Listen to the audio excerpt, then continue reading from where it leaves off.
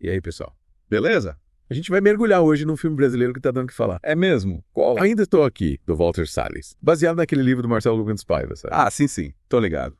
Mas conta pra gente qual que é a história do filme. Então, o filme, ele acompanha a Eunice Paiva, interpretada pela Fernanda Torres. Ela tá lidando com o sumiço do marido, Rubens Paiva, que era ex-deputado, né? E foi sequestrado lá pela ditadura em 1971. O Selton Mello que faz o Rubens. Caramba. Que sucção, hein? E como que o filme mostra essa época da ditadura? Sempre um tema delicado, né? Pois é. Mas o Salles foi muito esperto na forma como ele abordou, sabe? Não tem aquela cena de violência, tipo, na sua cara. Entendi. Ele focou mais no impacto psicológico, sabe? Na emoção que a ditadura causou na Eunice e na família. Ah, tá. Ele mostra mais as consequências. Isso, as consequências da repressão, né?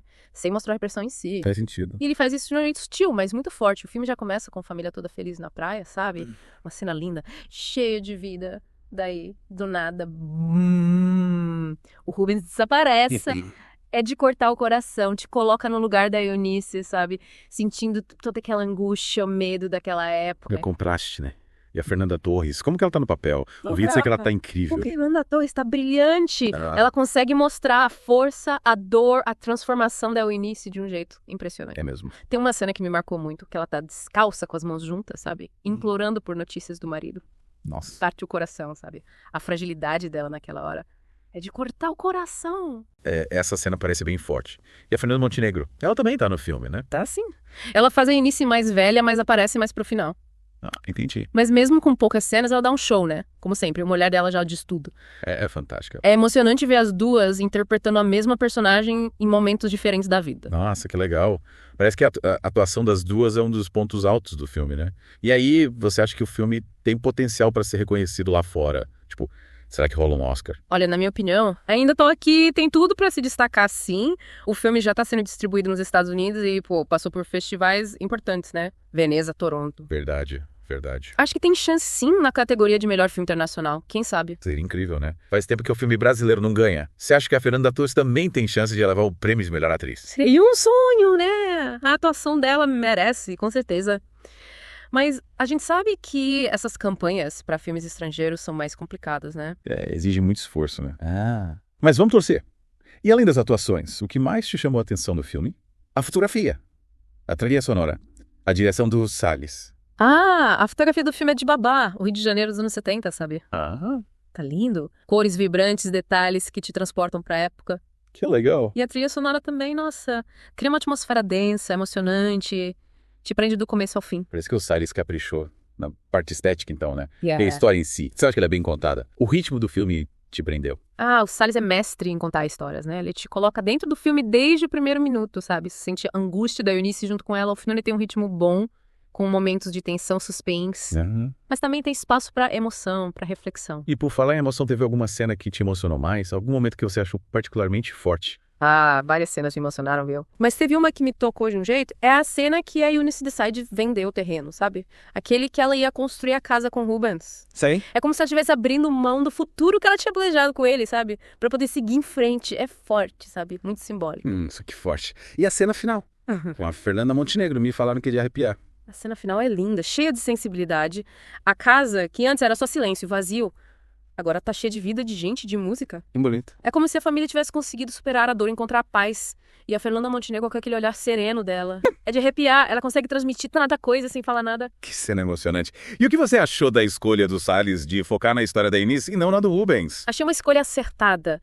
O filme é sobre a força da mulher, a capacidade de superar, seguir em frente. E a Fernanda Torres, né? Ela carrega o filme nas costas. Verdade. E o que você achou das críticas? Teve gente que falou que o filme é meio melodramático, que usa uns clichês do cinema, né? Sim, eu entendo as críticas, mas acho que elas não tiram mérito do filme, sabe? O Salles tem o estilo dele e ele usa os recursos do cinema pra contar a história do jeito que ele acha melhor. No final, o que importa é que o filme emociona, te faz pensar, te deixa com a cabeça borbulhando. Trocado. E o que você diria pra quem ainda não assistiu? Ainda Estou Aqui. Ah, eu diria, corre pro cinema. É um filme que vai te emocionar, te fazer pensar, te mostrar um pedaço da nossa história. E que te lembra da importância da gente lutar por justiça, defender a democracia para que o passado não se repita. Que bela mensagem. Que bom que a gente teve essa conversa hoje, viu? Eu que agradeço o convite. Me deixou com mais vontade ainda de assistir. É sempre bom falar de cinema, né? É. Ainda mais de um filme tão importante como esse. Verdade. E Pra quem tá ouvindo a gente, fica a dica. Ainda estou aqui. Tá em cartaz nos cinemas do Brasil inteiro. Vale a pena conferir. E depois volta aqui pra gente conversar mais, né? O que vocês acharam? O que te emocionou?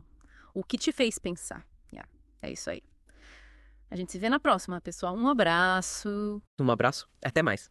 Falando em estilo, você reparou como o Salles usa o silêncio? É verdade. Nossa, agora que você falou, me lembrei de várias cenas. Né, tipo... Que o silêncio era quase, sei lá, palpável. Mostrando angústia, sabe?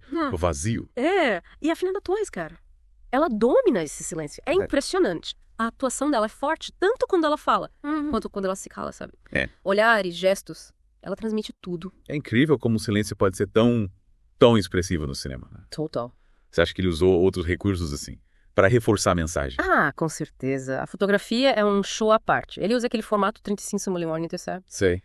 Dá um nostálgico pro filme. E as cores, né? Tons mais frios, escuros. Para apresentar a ditadura. Entendi. Então a estética também ajuda a criar essa atmosfera, né? Sem dúvida. E a trilha sonora também. É. Nossa, muito importante. Ele usa umas músicas da época, sabe? E umas composições originais. Que evocam a melancolia, a tensão. Caramba, parece que tudo no filme foi pensado pra te levar pra aquela época, né? Mas e aí, você acha que o filme tem algum ponto fraco? Precisa das críticas, né? É, algumas pessoas acham ele meio óbvio, sabe? Em alguns momentos. Que, tipo, o Salles explica demais o que ele quer dizer com as cenas, sabe? Aí sei. Acho que isso tira um pouco a força da interpretação, sabe? Da gente, do público. Podia ter deixado mais subentendido, né? Isso. Pra gente completar as lacunas, tipo, tem uma cena que ela encontra um dente do Rubens. Nossa, A cena é muito forte, mas aí ele coloca um flashback explicando o significado do dente.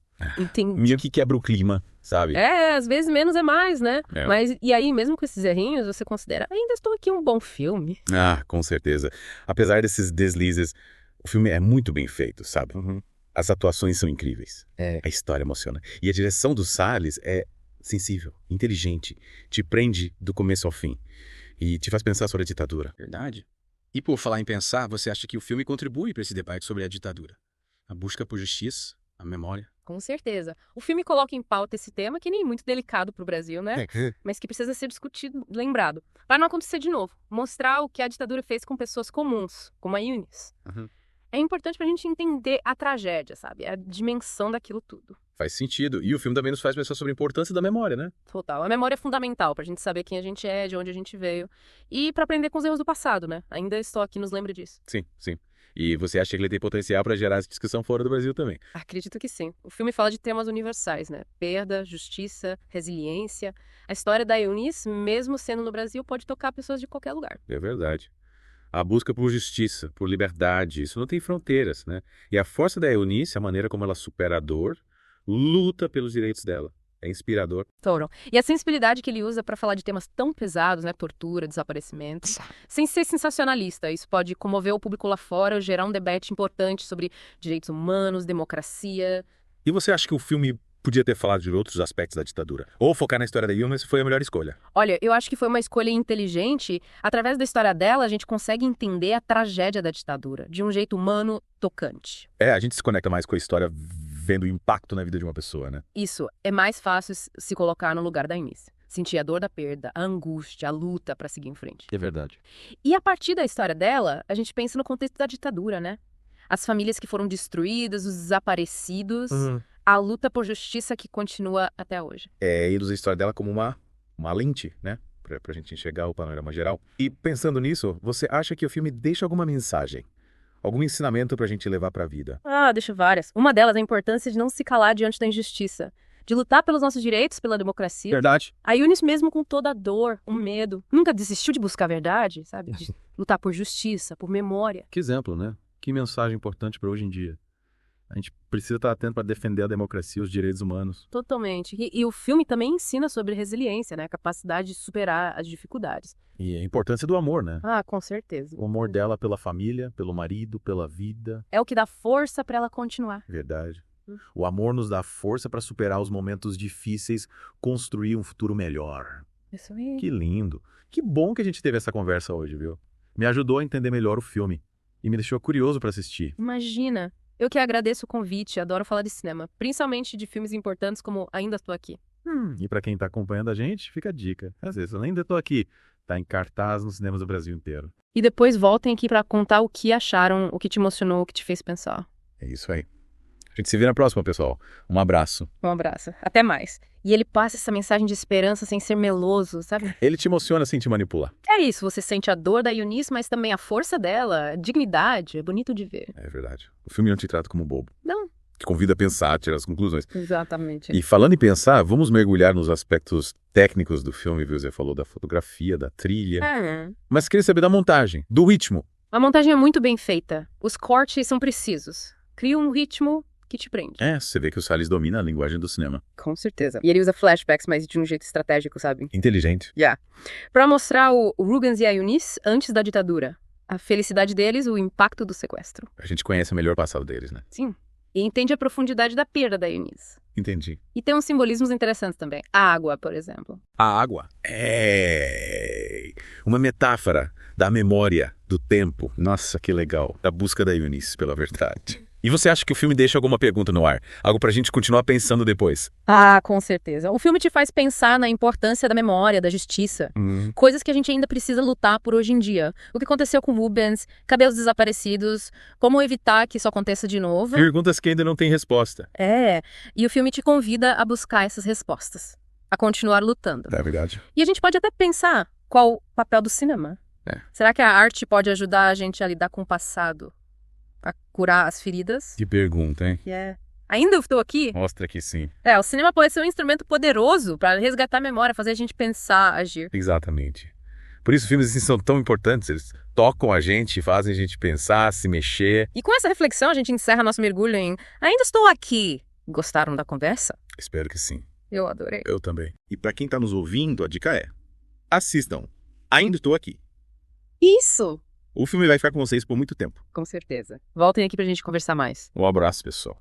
Até a próxima. Tchau, tchau. É isso aí. Rubens Paiva, um político que desapareceu durante a ditadura militar, e a gente vai se aprofundar na vida dele através da perspectiva do filho, Marcelo Rubens Paiva, no livro Ainda Estou Aqui. Uma mistura de história pessoal com a história política do Brasil. Bem legal. E, pelo jeito, o livro ele traz uma visão bem pessoal sobre esse período, né? Sim, com certeza. E é isso que a gente vai tentar desvendar nesse nosso mergulho. Quem foi Rubens Paiva? Além da figura pública. Como a ditadura impactou a vida dessa família. E o que a gente pode aprender com essa história. Isso aí. E para começar, vamos voltar lá no começo. A infância do Rubens Paiva me chamou muita atenção. Ele teve uma vida completamente diferente antes de entrar nesse turbilhão da política, né? Verdade. O Marcelo, ele descreve a infância do pai dele como um período idílico, uma fazenda enorme no interior de São Paulo, em Eldorado, uma vida no campo tranquila. Bem diferente da agitação de São Paulo e Rio de Janeiro, né? Onde ele viveu depois. E como essa mudança, né, do campo da cidade grande impactou a vida dele. O Marcelo conta que a mudança para a cidade grande foi um marco na vida do pai. Foi nesse contexto que ele começou, né? A se interessar por política, a frequentar os círculos intelectuais, a desenvolver as ideias socialistas. E por falar em socialismo, parece que essas convicções políticas do Rubens Paiva já estavam bem presentes desde cedo, né? Sim. O livro dá várias pistas sobre a formação, né, do pensamento político do Rubens Paiva. Ele fundou o Jornal de Debates, trabalhou no Última Hora, o que já mostra, né? Desde jovem, esse engajamento dele com a comunicação, com as causas sociais. Um engajamento que levou ele, inclusive, a se candidatar a deputado, né? Exatamente. Ele foi eleito deputado federal em 1961, representando São Paulo. E se tornou uma voz ativa na defesa dos seus ideais. Mas essa trajetória promissora, né, foi interrompida pelo golpe militar de 64. Um período que, como a gente sabe, marcou o Brasil com muita violência e repressão. E como Rubens Paiva reagiu ao golpe. Ele se posicionou abertamente contra a ditadura, denunciando as violações, os direitos humanos, defendendo a democracia. Uma postura corajosa que, claro, teve consequências, ele foi cassado, né? Perdeu os direitos políticos e a proteção da imunidade parlamentar. Imagina o baque que essa cassação deve ter sido, né? Pra ele e pra família. Com certeza. No livro, o Marcelo descreve essa angústia, o medo que pairava no ar. Mas mesmo com toda a adversidade, Rubens Paiva não se calou. Ele continuou lutando, né? Pelos seus ideais e buscando alternativas para se sustentar. E como que ele se reinventou profissionalmente? Ele voltou a trabalhar como engenheiro, conciliando a profissão com a militância política. Mas, é claro, a ditadura não esquecia dele. E em 1971, um evento trágico mudou para sempre o destino da família Paiva. Você está falando da prisão dele. Eu me lembro de ter lido sobre cartas que supostamente ligavam ele a grupos de resistência, né? É isso mesmo. A ditadura usou como pretexto a interceptação de cartas, que foram encontradas com a família Viveiros de Castro no aeroporto do Galeão, para justificar a prisão do Rubens Paiva. Essas cartas, supostamente, né, continham mensagens codificadas que ligavam ele a atividades subversivas. Pelo que eu entendi, nunca ficou comprovado o envolvimento dele com a luta armada, né? Até hoje, o conteúdo dessas cartas é um mistério, né? E muita gente acredita que a ditadura forjou essa história para silenciar o Rubens Paiva. que era uma voz crítica influente na oposição ao regime. E como que foi o dia da prisão? No livro, o Marcelo descreve esse dia como um marco na vida dele. Sim, ele tinha apenas 11 anos quando presenciou a invasão da casa, né, pelos agentes da repressão. Era um dia comum, 20 de janeiro, feriado. E, de repente, tudo virou um pesadelo. Ele descreve os agentes como visitas que chegaram de repente e levaram o pai sem nenhuma explicação. Que situação terrorizante para uma criança, né? Sem dúvida. Imagina o medo e a confusão que ele sentiu. Marcelo ficou preso dentro de casa enquanto a mãe, a Eunice e a irmã Eliana eram levadas para o DOI-CODE, no Centro de Tortura e Repressão da Ditadura. DOI-CODE, um nome que causa arrepios, né? Que lembra um período muito sombrio da nossa história. Você acha que a gente precisa explicar melhor o que era o DOI-CODE para quem não conhece a história da ditadura a fundo? Acho importante a gente contextualizar. O DOI-CODE era o Departamento de Operações de Informações Centro de Operações de Defesa Interna, um órgão criado pela ditadura para reprimir qualquer tipo de oposição ao regime. Era um local de tortura, assassinato e desaparecimento de pessoas. Nossa, é de arrepiar. E o Marcelo, coitado, completamente desamparado sem saber para onde levaram a mãe e a irmã. E para aumentar a atenção, né? A Eunice, antes de ser levada, confiou a ele uma missão secreta. Entregar um bilhete para uma amiga da família pedindo ajuda. Que responsabilidade para um garoto tão novo, né? E ele conseguiu cumprir essa missão. Conseguiu. Com muita coragem e sagacidade, ele burlou a vigilância dos agentes e conseguiu entregar o bilhete. Mostrando uma fibra, uma inteligência, né? Impressionante. Do Rubens Paiva. O que aconteceu com ele depois da prisão? Ele foi levado para o DOI-CODE e nunca mais foi visto. A ditadura tentou encobrir o crime, alegando que ele teria fugido durante uma transferência. Mas essa versão, é claro, nunca foi comprovado. Mais uma mentira para tentar encobrir os crimes da ditadura. E a Eunice e a Eliana, como elas lidaram com a tortura, né? E a incerteza sobre o destino do Rubens. Elas sofreram horrores no DOI-CODE, mas nunca perderam a esperança de encontrar o Rubens. A Eunice, em particular, se tornou um símbolo de força, de resiliência na luta por justiça e verdade. Que mulher incrível. Como ela conseguiu conciliar essa busca pelo marido desaparecido com a criação dos filhos. Essa é uma das partes mais tocantes do livro. O Marcelo descreve a força da mãe, a determinação dela em criar os filhos da melhor maneira possível. Mesmo diante de tanta dor, né? De tanta incerteza. É realmente inspirador. E é nesse ponto que a gente encerra a primeira parte do nosso mergulho na história do Rubens Paiva. E aí, pessoal, prontos para continuar a nossa imersão na história do Rubens Paiva? Na primeira parte a gente viu como a infância, né, em contraste com a vida adulta dele, moldou a trajetória. Agora a gente vai se aprofundar na carreira política. É porque, pelo que a gente viu até agora, Rubens Paiva era muito mais do que um político, né? Ele tinha ali uma visão de mundo, né? Uma ideologia. Exato. Eu ainda estou aqui, ajuda a gente a entender melhor esse lado dele. O Marcelo descreve o pai como um socialista convicto, né? Que acreditava num Brasil mais justo, mais igualitário. Mas e na prática, né? O que isso significava? Quais eram as causas que ele defendia? Olha, o Rubens Paiva, ele era um defensor ferrenho da reforma agrária, da educação de qualidade para todos, da participação popular nas decisões políticas. Ele acreditava que o poder deveria ser distribuído de forma mais justa, né, na sociedade. Bem diferente do que a ditadura militar pregava, né? E como essas ideias se traduziam na atuação política dele? Ele era um deputado atuante, né? Participativo nos debates, sempre buscando defender os interesses da população, principalmente das camadas mais desfavorecidas. E como era a personalidade dele no meio político? O livro dá pistas sobre isso. Dá sim.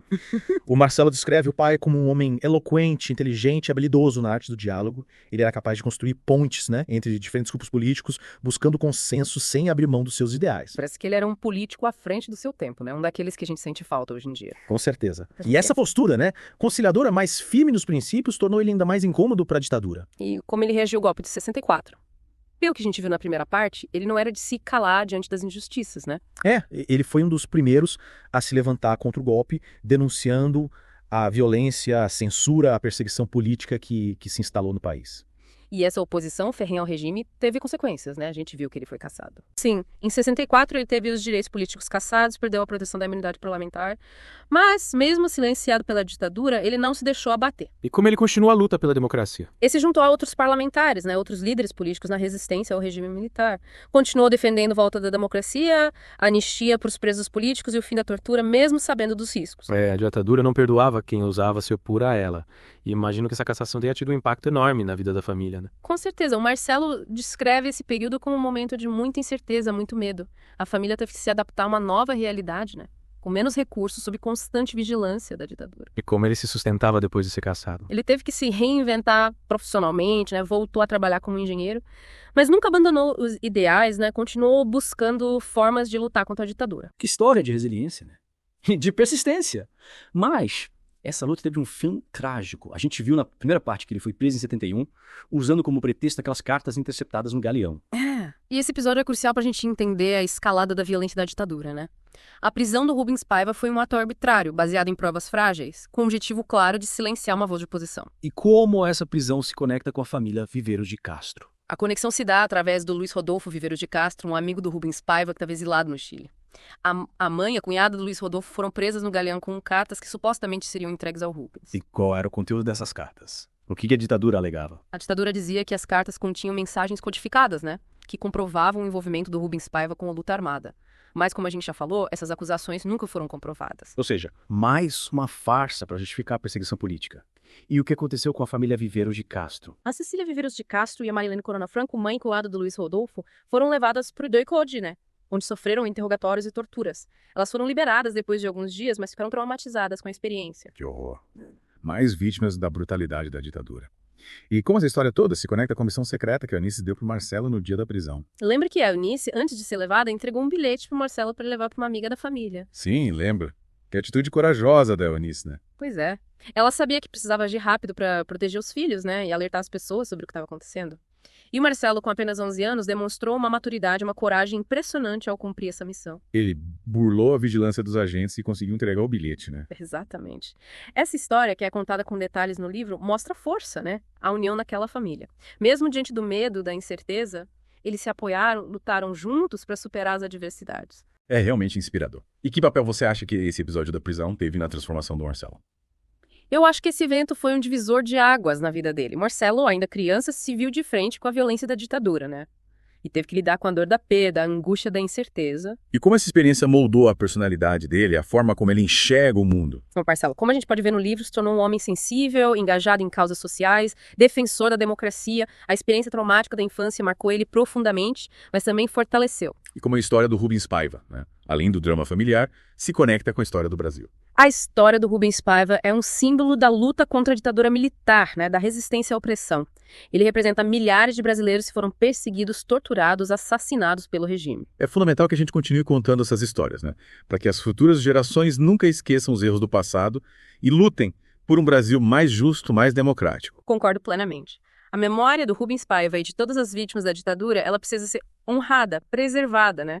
Como um lembrete da importância da liberdade, da justiça, do respeito aos direitos humanos. E é com essa reflexão que a gente encerra a segunda parte do nosso mergulho na história do Rubens Paiva. Chegamos então à última parte do nosso mergulho, né? Na história do Rubens Paiva. A gente já viu bastante coisa, né? A infância, a trajetória política, a resistência dele à ditadura, o impacto do desaparecimento. É verdade, a gente acompanhou a família Paiva em vários momentos, né?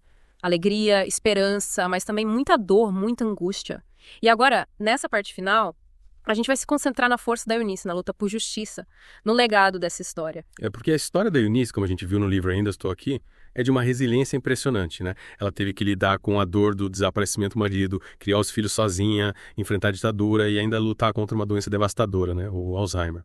O Marcelo descreve a mãe dele de uma forma muito sensível no livro, né? Ele mostra como ela se reinventou, como ela se tornou um pilar para a família, mesmo diante de tanta adversidade. E como é que a doença impactou a vida da Eunice? E a luta por justiça pro Rubens? O Marcelo, ele descreve de uma forma, assim, bem tocante, né? O avanço da doença e como isso foi afetando a memória da mãe dele. Ele conta, por exemplo, que ela começou a chamar tudo de porcaria. E a família, para lidar com a situação, passou a concordar com ela, né? Transformando esses momentos de frustração em momentos até de humor, né? Interessante essa forma de lidar com a doença, né? Transformar a dificuldade em algo mais leve, uma espécie de código familiar. Exatamente. E o Marcelo, com muita sensibilidade, ele consegue mostrar no livro como a doença, apesar de ir apagando as lembranças, né, não apagou a essência da Eunice. E como que era a relação do Marcelo com a mãe nesse período? Era uma relação de muito amor, muito cuidado, mas também de muita dor. Ele se dividia, né, entre a luta por justiça pro pai, o cuidado com a mãe, a própria vida dele. Nossa, imagina o peso dessa responsabilidade, né? Mas me fala como ele conciliava tudo isso. Ele nunca desistiu de buscar a verdade sobre o desaparecimento do pai, né? Mesmo com todos os desafios. Ele acompanhou as investigações, deu entrevistas, participou de eventos, escreveu livros.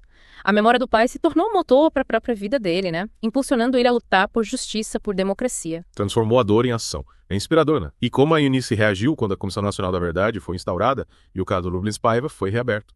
Tem um trecho muito emocionante no livro que descreve esse momento. O Marcelo conta que a Eunice, já bastante debilitada pelo Alzheimer, assiste a um noticiário sobre o caso do Rubens Paiva e aponta para a TV, emocionada, e fala: olha. Nossa, que forte. Mesmo com a memória fragmentada, ela conseguia sentir que algo importante estava acontecendo, né? É, exatamente. A emoção, o sentimento, né, de justiça ainda estavam presentes. E essa cena mostra como a luta da Eunice transcendeu a individualidade dela. Ela se tornou um símbolo da luta contra a impunidade, né? E pela memória das vítimas da ditadura. Sim. E a revelação da verdade sobre o caso Rubens Paiva foi um marco nesse processo, né? Reacendeu o debate sobre o período autoritário, sobre a importância da memória da democracia. E os responsáveis pela tortura e morte do Rubens Paiva foram punidos. Em 2014, o Ministério Público Federal apresentou uma denúncia contra os militares envolvidos no caso, né? Acusando eles de crimes contra a humanidade. Mas, infelizmente, o processo ainda está em andamento. A justiça tarda, mas não falha, né? E que lições a gente pode tirar dessa história? Tanto da luta do Rubens quanto da força da Eunice. Eu acho que essa história nos ensina sobre a importância da persistência, da coragem, do amor à família e da luta por um mundo mais justo. O Rubens e a Eunice enfrentaram desafios enormes, mas nunca perderam a dignidade e a esperança. E o Marcelo? Como ele continuou honrando a memória do pai? Ele continuou escrevendo, dando palestras, participando de eventos, né? Mantendo viva a história do Rubens Paiva. Ele se tornou uma voz importante na defesa da democracia e dos direitos humanos. Que legado inspirador, né? E que mensagem a gente pode deixar para quem se emocionou com essa história? Acho que a principal mensagem é que a luta por justiça, ela é um dever de todos nós. A gente precisa conhecer o passado para construir um futuro melhor, mais justo, mais democrático. E a gente nunca pode esquecer a importância da família, do amor, da união para superar os momentos difíceis. É isso aí, pessoal. Chegamos ao fim do nosso mergulho na história do Rubens Paiva. Mas essa história, como tantas outras, precisa continuar sendo contada. Que ela nos inspire a lutar por um Brasil mais justo, democrático e que jamais esqueça as lições do passado. E que a gente sempre se lembre da força do amor, da união e da esperança, mesmo diante das maiores adversidades. Valeu, pessoal!